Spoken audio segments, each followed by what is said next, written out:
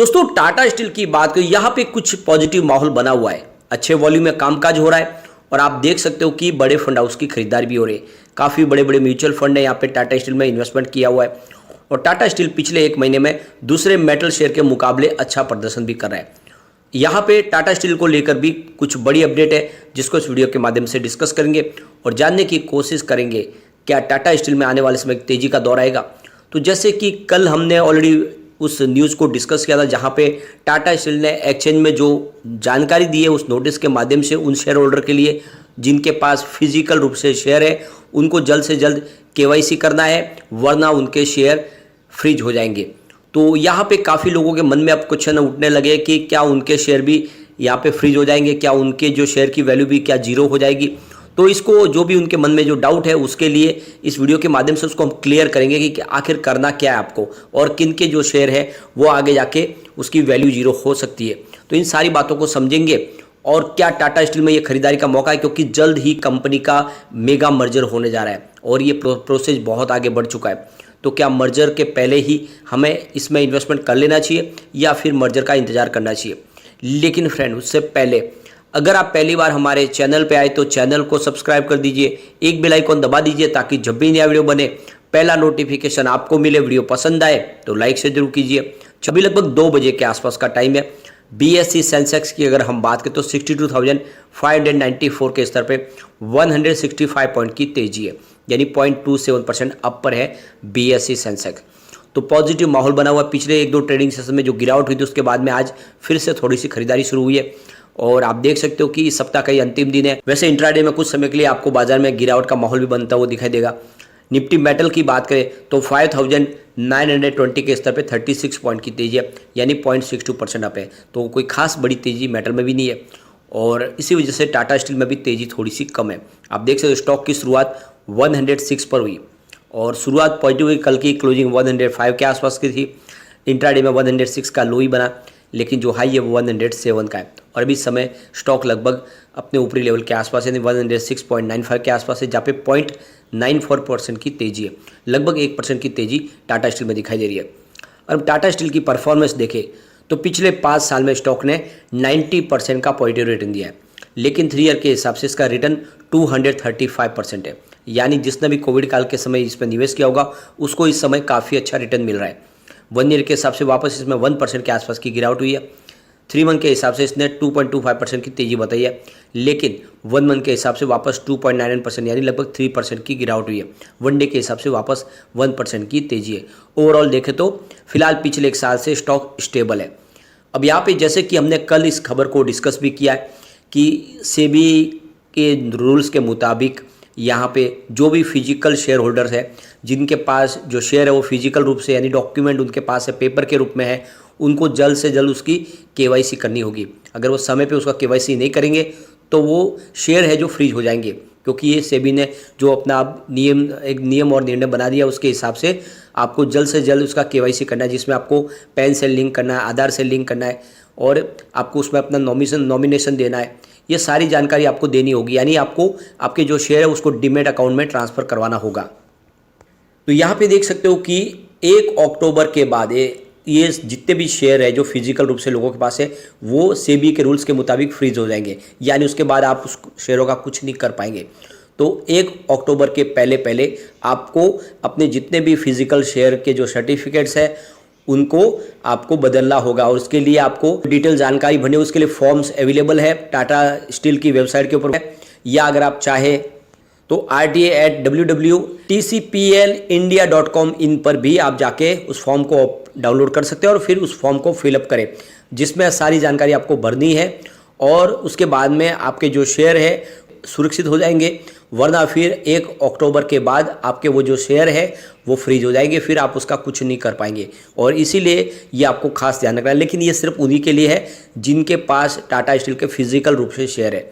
अब जिनके demat account में शेयर है उनको चिंता करने की बात नहीं। काफ़ी लोगों के कमेंट्स आए थे कि सर हमारे अप स्टॉक में शेयर पड़े, या फिर कोई रहा कि हमारे एंजल में शेयर पड़े, कि हमारे को भी कुछ प्रॉब्लम होगी, हमको कुछ करना होगा।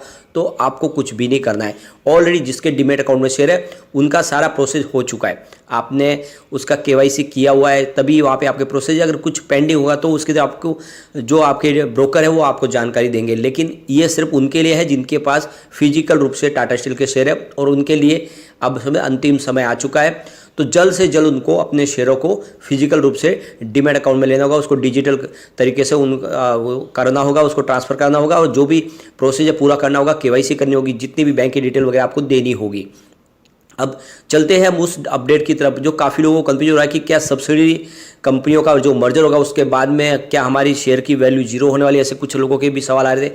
तो मर्जर का इस अपडेट के साथ कोई लेना देना नहीं है। मर्जर का प्रोसेस पूरा अलग है। 7 सब्सिडीज कंपनी का मर्जर होगा टाटा स्टील के अंदर, और उसी अनुपात में सबको शेयर बांटे जाएंगे उन कंपनियों के। टाटा स्टील के शेयर दिए जाएंगे उन कंपनी के शेयर धारकों को। और आप देख सकते हो कि ये जो मर्जर है ये फाइनेंशियल 2023-24 यानी इसी साल लगभग पूरा होने की पूरी संभावना है, ये CEO की तरफ से भी कहा गया है। और आप देख सकते हो कि इसका प्रोसेस आगे बढ़ चुका है, क्योंकि NCLT की तरफ से मंजूरी मिल चुकी है, शेयर होल्डरों की वहाँ पे रजामंदी भी ली गई है।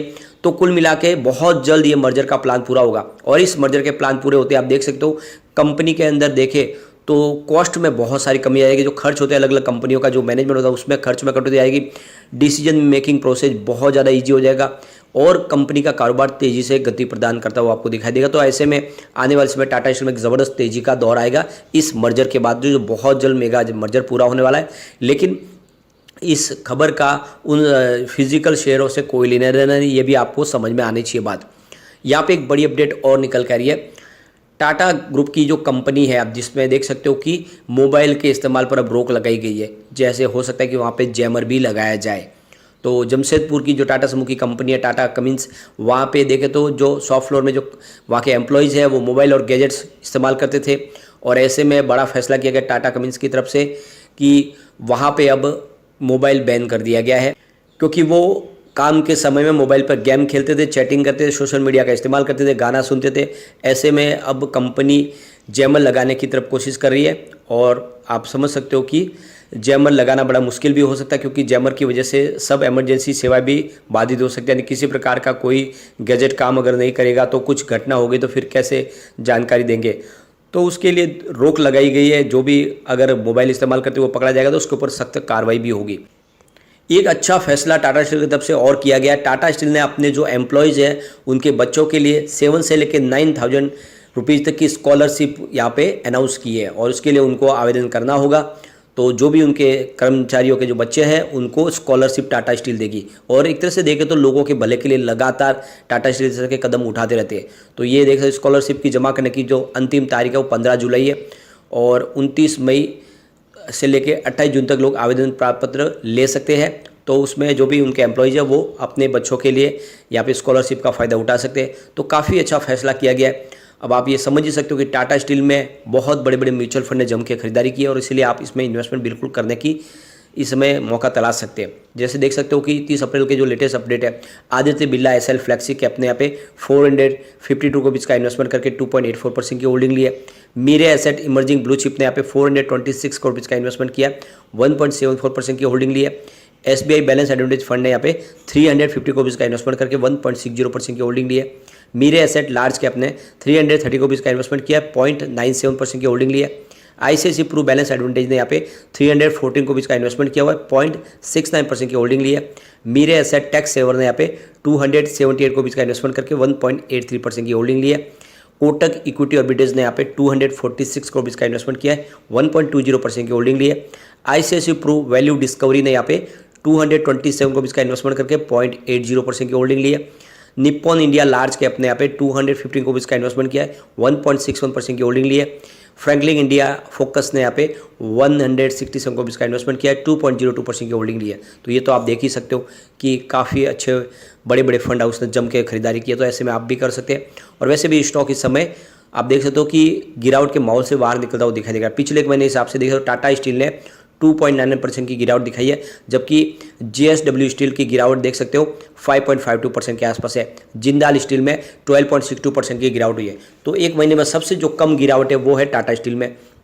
1 वीक की बात करें तो टाटा स्टील ने 0.56% का पॉजिटिव रिटर्न दिया, जबकि JSW स्टील में 0.65% की गिरावट थी और जिंदाल स्टील में 0.46% की गिरावट थी। तो दूसरे स्टील शेयरों के मुकाबले टाटा स्टील अच्छा प्रदर्शन करता हुआ दिखाई दे रहा है और ऐसे में ये मौका है खरीदारी का।